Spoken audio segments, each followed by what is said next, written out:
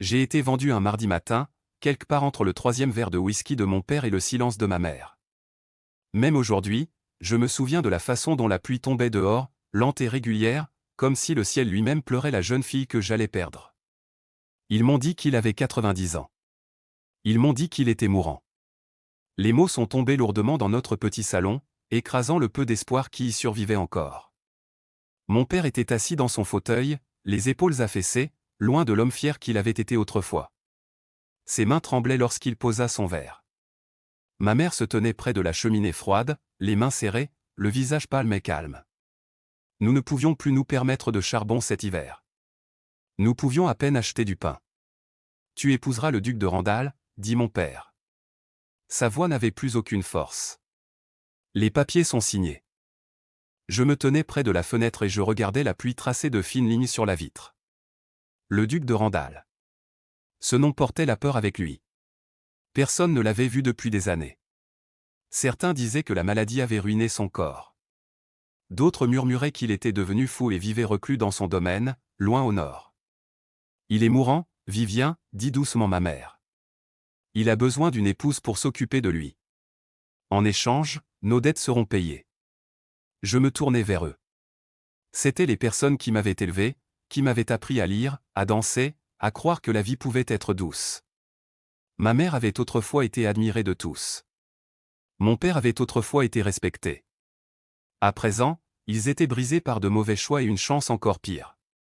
Et si je dis non, demandai-je. Mon père finit par me regarder. Ses yeux étaient vides. Alors nous perdons tout. On nous mettra à la porte sans rien. Personne ne nous aidera. La pièce devint silencieuse. Je pensais à la vie que j'avais imaginée pour moi. Aux jeunes hommes qui me souriaient autrefois, avant que l'argent ne disparaisse et que les rumeurs ne se propagent. Je pensais à l'amour et à la rapidité avec laquelle il s'efface quand la fortune s'en va. Quand aura lieu le mariage, demandai-je. Les lèvres de ma mère tremblèrent. Dans 3 semaines. Une voiture viendra te chercher. 3 semaines pour dire adieu à ma vie. 3 semaines pour me préparer à épouser un homme assez âgé pour être mon arrière-grand-père. Un homme déjà en train d'attendre la mort. Très bien, dis-je. Ma voix ne tremblait pas, même si mon cœur se brisait. Je l'épouserai. La voiture arriva un matin gris, exactement 3 semaines plus tard. Le ciel était lourd et l'air semblait froid et définitif. J'embrassai ma mère, respirant son odeur familière de lavande. Elle était plus mince maintenant. Elle sautait des repas. Je le savais. Tu nous sauves, murmura-t-elle. Je montai dans la voiture sans regarder en arrière. Si j'avais regardé en arrière, je n'aurais pas trouvé la force de partir. Le voyage vers le nord dura 4 longues journées.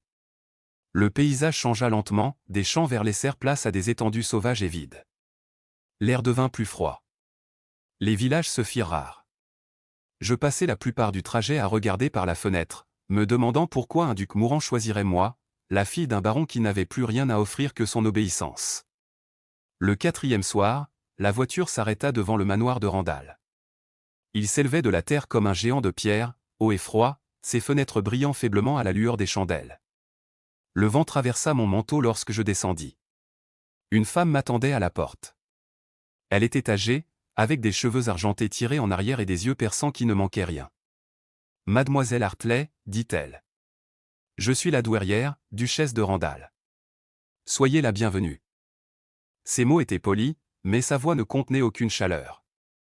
À l'intérieur, le manoir était grandiose et silencieux. Au plafond, bois sombre, vieille tapisserie, de la beauté partout, mais aucune vie. « Vous rencontrerez mon petit-fils demain, dit-elle. Petit-fils. Le mot me frappa durement. Si elle était sa grand-mère, alors le duc devait être encore plus âgé que 90 ans. Je ne dis rien et suivis une femme de chambre jusqu'à mes appartements. Le mariage devait avoir lieu dans 2 jours. Personne ne voulait me dire son nom. Personne ne parlait de lui. Les domestiques évitaient le sujet. Les robes arrivèrent, riches et coûteuses, m'habillant comme une poupée pour l'exposition. Le soir du mariage, je marchai seul jusqu'à la chapelle. Il n'y avait aucun invité, aucune musique, seulement la lumière des chandelles et le silence. La douairière m'attendait à la porte. « Êtes-vous prête ?» demanda-t-elle. « Oui, répondis-je, bien que je ne le sois pas. À l'intérieur de la chapelle, un prêtre se tenait près de l'autel. À ses côtés se trouvait mon futur époux. Il était voûté, enveloppé de tissu sombre. Une capuche couvrait sa tête et un masque noir cachait son visage. Il s'appuyait lourdement sur une canne. Sa respiration semblait faible et rauque. C'était l'homme que j'allais épouser. 90 ans. Mourant. J'avançai et me plaçai à ses côtés. Le prêtre commença les vœux. Ma voix me parut lointaine lorsque je prononçai « Je le veux ». Le prêtre se tourna vers le duc. Il y eut une pause. Puis quelque chose changea. L'homme à mes côtés se redressa. La canne tomba sur le sol. Des mains fortes se levèrent et arrachèrent le masque. J'oubliais comment respirer. Le visage qui apparut était jeune, Chocam jeune. Une peau lisse, des cheveux sombres, des yeux perçants de la couleur des ciels d'hiver. Il se tenait droit et puissant. Aucun signe de maladie ni de vieillesse. « Je m'appelle Nathaniel Bain », dit-il d'une voix profonde et assurée. « J'ai 25 ans et vous êtes désormais mon épouse. » Le monde tournoya autour de moi. Je n'avais pas épousé un vieil homme mourant. J'avais épousé un mensonge. La chapelle sembla plus petite une fois la vérité révélée. Les chandelles vacillaient et les ombres sur les murs de pierre semblaient se rapprocher, comme si elles écoutaient. Je me tenais à côté de Nathaniel Bain, mon mari, mon étranger, mon trompeur, et je ne savais pas si mes mains étaient froides de peur ou de colère. « Vous m'avez menti, dis-je. » Ma voix semblait calme, mais mon cœur battait à tout rompre. « Oui, » répondit-il sans s'excuser.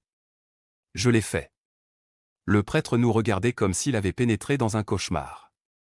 La douairière nous observait depuis son siège, le visage impassible, le dos rigide. Cela ne la surprenait pas. Tout avait été planifié. « Pourquoi ?» demandai-je. « Pourquoi m'avoir fait cela ?» Les yeux de Nathaniel restèrent fixés sur les miens. Parce que j'avais besoin d'une épouse qui n'apporterait aucune question, aucun lien avec mon passé, quelqu'un que personne ne pourrait utiliser contre moi. Une épouse achetée par des mensonges, dis-je. Une épouse qui serait en sécurité, répondit-il. J'avais envie de crier. J'avais envie de fuir. Mais je pensais alors aux bras maigres de ma mère, à la fierté brisée de mon père, aux dettes qui les écraseraient si je partais. Terminez la cérémonie, dis-je au prêtre. Les yeux de Nathaniel brillèrent de surprise. Le prêtre déglutit et continua, les mains tremblantes. Quand ce fut terminé, Nathaniel ne m'embrassa pas. Il se contenta de prendre ma main et de me conduire hors de la chapelle. C'est ainsi que mon mariage commença. Dans le silence, dans la colère, dans une maison pleine de secrets. Les premières semaines furent solitaires. Nathaniel dormait dans une autre aile de la maison. Il ne me rejoignait au repas que lorsque le devoir l'exigeait. Quand il parlait, ses mots étaient polis et mesurés, comme si nous étions des étrangers forcés de partager le même espace. J'essayais de le comprendre. Je posais des questions. Il n'en donna aucune. Quand j'insistais, il devint froid. « Il y a des choses que vous n'avez pas besoin de savoir », me dit-il un soir alors que nous nous tenions dans un long couloir éclairé par une seule lampe. « Je suis votre épouse, dis-je. J'ai le droit de savoir qui j'ai épousé. » « Vous avez épousé la sécurité, » répondit-il. Rien de plus. Ces mots me blessèrent plus profondément que n'importe quelle insulte. Le manoir lui-même semblait vivant. Les portes restaient fermées. Les pièces demeuraient inutilisées. Les domestiques parlaient à voix basse et évitaient mon regard. La nuit, le vent hurlait sur la lande et la maison gémissait comme si elle portait une ancienne douleur dans ses murs. Ma femme de chambre, Ruth, était la seule à me parler librement. Elle était jeune, avec des cheveux roux et des yeux doux, et elle remarquait tout. « Un homme vient la nuit », me murmura-t-elle un matin en brossant mes cheveux. Toujours après la tombée du jour. Il rencontre le duc dans son bureau. « Qui est-ce » demandai-je. « Je l'ignore. Il ne reste jamais longtemps. » Des secrets partout où je me tournais. La douairière m'observait attentivement. Elle m'invitait à prendre le thé chaque après-midi, me questionnait sur mon éducation, mon enfance, mes pensées. Mais elle ne parlait jamais de Nathaniel. « Vous êtes plus forte que je ne l'imaginais », me dit-elle un jour en posant sa tasse. « Vous en aurez besoin. »« Pourquoi » demandai-je. Elle ne répondit pas. La vérité me parvint par accident. Je ne parvenais pas à dormir.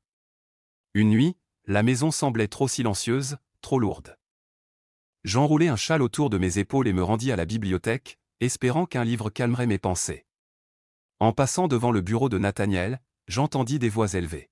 « Vous ne pouvez pas vous cacher éternellement », disait un homme avec colère. « Je les protège », répondit Nathaniel. « Ils pensent que vous l'avez tué », dit l'homme.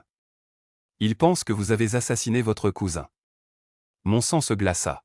« Je n'ai pas tué Marcus », dit Nathaniel. Sa voix se brisa. Il m'a attaqué. Je me suis défendu. Alors revenez et dites la vérité. Et mettre tout le monde en danger, répliqua Nathaniel. Je ne le ferai plus. Encore. Une autre mort. Un autre secret.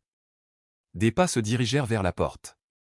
Je reculai dans l'ombre juste au moment où un homme sortit du bureau. Il était grand, sérieux, et disparut avant que je puisse distinguer clairement son visage. Je regagnai ma chambre le cœur battant. Meurtre. Un cousin mort. Une peur assez forte pour feindre la maladie et la vieillesse. Le lendemain matin, je commençai à poser des questions prudentes. Je fouillai la bibliothèque. J'écrivis des lettres.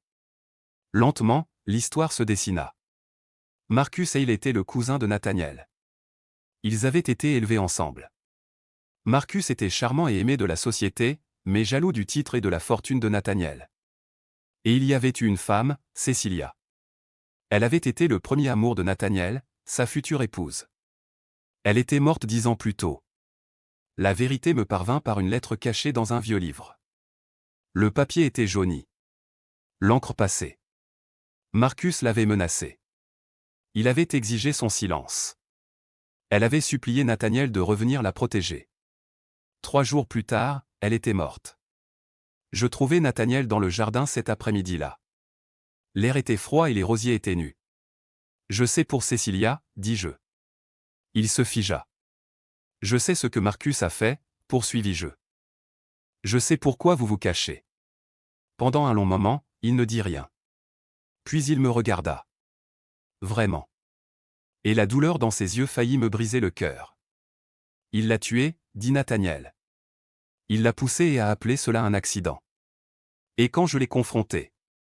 Il a essayé de vous tuer, dis-je. J'ai survécu. Lui non. Et son père m'a accusé. Oui. Le silence s'installa entre nous. Je vous ai épousé pour vous protéger, dit-il doucement. Si mes ennemis savaient que je suis vivant, ils vous utiliseraient.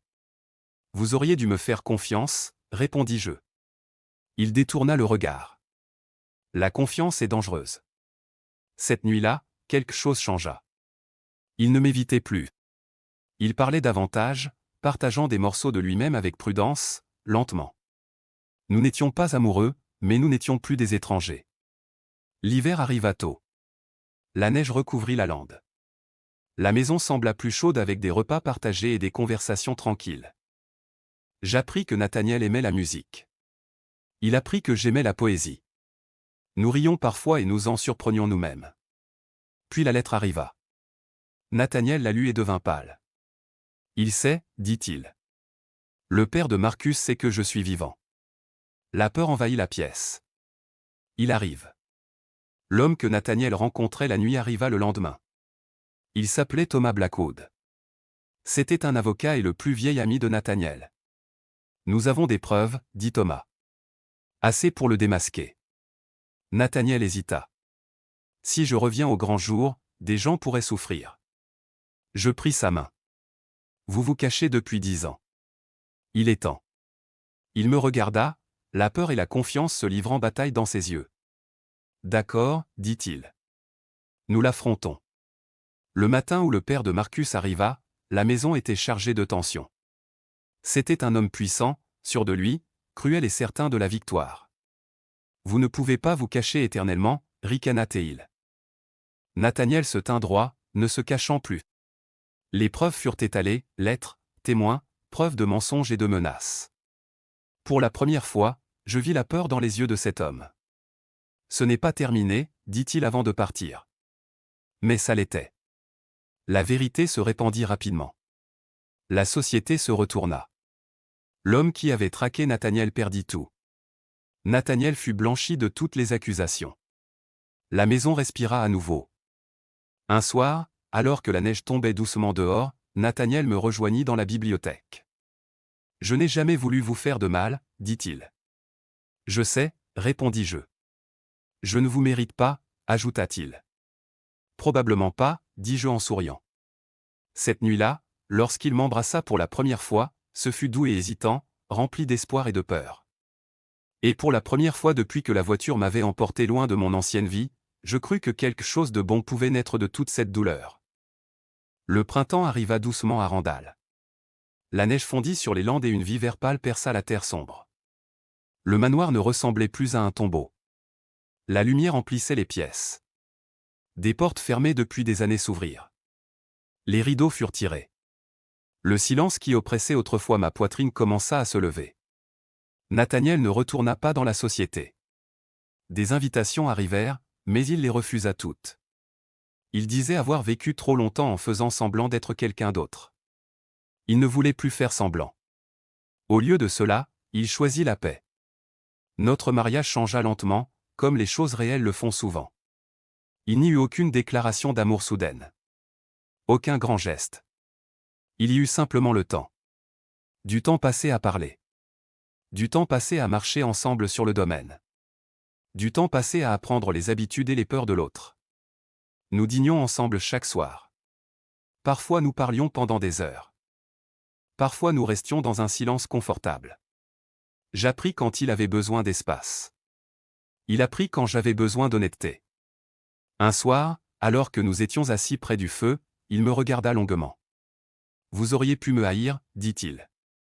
Vous en aviez toutes les raisons. »« Je l'ai fait, répondis-je honnêtement. Pendant un temps. »« Et maintenant, demanda-t-il. »« Maintenant, dis-je, je vois l'homme sous les mensonges. » Il hocha lentement la tête, comme si cette vérité importait plus que tout le reste. La douairière nous observait attentivement. Un après-midi, alors que nous prenions le thé ensemble, elle parla enfin. « Vous l'avez sauvé, dit-elle. »« Non, répondis-je. Il s'est sauvé lui-même. J'ai simplement été à ses côtés. » Elle sourit alors, un petit sourire rare. C'est souvent ainsi que cela se passe. L'été suivit, chaud et lumineux. Mes parents vinrent nous rendre visite pour la première fois. Ma mère pleura en me voyant. Non plus d'inquiétude, mais de soulagement. Les dettes avaient disparu. La maison avait été réparée. Ils étaient en sécurité. « Tu as l'air heureuse, murmura-t-elle. »« Je le suis, dis-je, surprise de la vérité de ces mots. » Nathaniel les traita avec gentillesse et respect. Il parla avec mon père tard dans la nuit. Il se promena dans les jardins avec ma mère, l'écoutant parler de fleurs et de saisons passées. En le regardant avec eux, je sentis quelque chose se poser dans mon cœur. J'étais en train de tomber amoureuse de mon mari. Non parce qu'il était duc, non parce qu'il était beau, mais parce qu'il était doux avec la douleur, honnête avec la peur, et assez courageux pour affronter le passé. Les mots sortirent un soir sans que je les aie préparés. « Je vous aime, dis-je. » Il se figea comme s'il avait peur de bouger. « Répétez-le, murmura-t-il. Je vous aime. » Il traversa la pièce en deux enjambées et me prit dans ses bras. Il me serra comme s'il avait attendu toute sa vie cette permission. « Je vous aime aussi, dit-il. Depuis plus longtemps que je n'ai osé l'admettre. » Notre mariage devint réel cette nuit-là. Non à cause du devoir ou des papiers, mais à cause d'un choix. L'automne revint, plus riche et plus calme qu'auparavant. Le manoir s'emplit de rires. Des amis vinrent, non par curiosité, mais par loyauté. Le vieil ami de Nathaniel, Thomas, nous rendait souvent visite, apportant la nouvelle que l'homme qui avait détruit tant de vies avait été totalement ruiné. La justice avait été rendue. Un soir, je réalisai que quelque chose avait changé en moi. Une certitude tranquille. Quand le médecin le confirma, je pleurai. Je l'annonçai à Nathaniel dans son bureau. Il me regarda, stupéfait. « Un enfant, dit-il. »« Oui, répondis-je. Notre enfant. » Il rit et pleura en même temps. Il me souleva dans ses bras et jura doucement, promettant le monde à quelqu'un qui n'était pas encore né. La douairière devint quelqu'un de complètement nouveau. Elle souriait davantage. Elle s'inquiétait pour moi. Elle parlait de prénoms, de traditions et d'espoirs qu'elle ne s'était pas autorisée depuis des années. Ma mère vint séjourner auprès de moi lorsque le moment approcha. Elle me tint la main pendant de longues soirées et me rappela que la force vient souvent en silence. Notre fille naquit par une nuit de printemps, alors que la pluie tapotait doucement contre les fenêtres. Nathaniel ne quitta pas mon côté. Quand il la tint pour la première fois, ses mains tremblaient. « Elle est parfaite », dit-il. Nous la nommâmes Éléanore. La maison changea à nouveau. Plus douce, plus chaude, emplie des sons d'une nouvelle vie. Nathaniel lui chantait des chansons la nuit. De vieilles mélodies, douces et basses. Elle s'apaisait instantanément dans ses bras. Les années passèrent. La douairière vécut assez longtemps pour voir Éléanore marcher et rire. Elle s'éteignit paisiblement une nuit d'hiver, enfin en paix. Mes parents vieillirent mais furent plus heureux. Ils nous rendaient souvent visite. Éléanore les adorait. Nathaniel devint l'homme qu'il était destiné à être. Il ne se cachait plus, il n'était plus hanté. Il gérait le domaine avec soin et justice. Les terres prospérèrent sous son attention et notre amour s'approfondit. Pas de manière dramatique, pas parfaitement, mais de façon stable et réelle. Un soir d'été, des années plus tard, nous retournâmes à la chapelle où tout avait commencé. L'endroit où j'avais cru que ma vie se terminait. Au lieu de cela, elle avait commencé. J'avais peur cette nuit-là, dis-je. Moi aussi, répondit-il. Et maintenant, demandai-je. Maintenant, dit-il en souriant, je suis reconnaissant. Je pensais à la jeune fille que j'avais été, vendue, effrayée, certaine que son avenir ne contiendrait que devoirs et pertes. Elle ne savait pas qu'elle était forte. Elle ne savait pas que l'amour pouvait naître des mensonges et de la peur pour devenir quelque chose d'honnête et de durable. J'avais été forcé d'épouser un vieil homme mourant. Au lieu de cela, j'avais trouvé un homme vivant, et ensemble nous avions construit une vie dont ni l'un ni l'autre n'avions osé rêver. C'est ainsi que mon histoire se termine. Non par une tragédie, mais par la paix.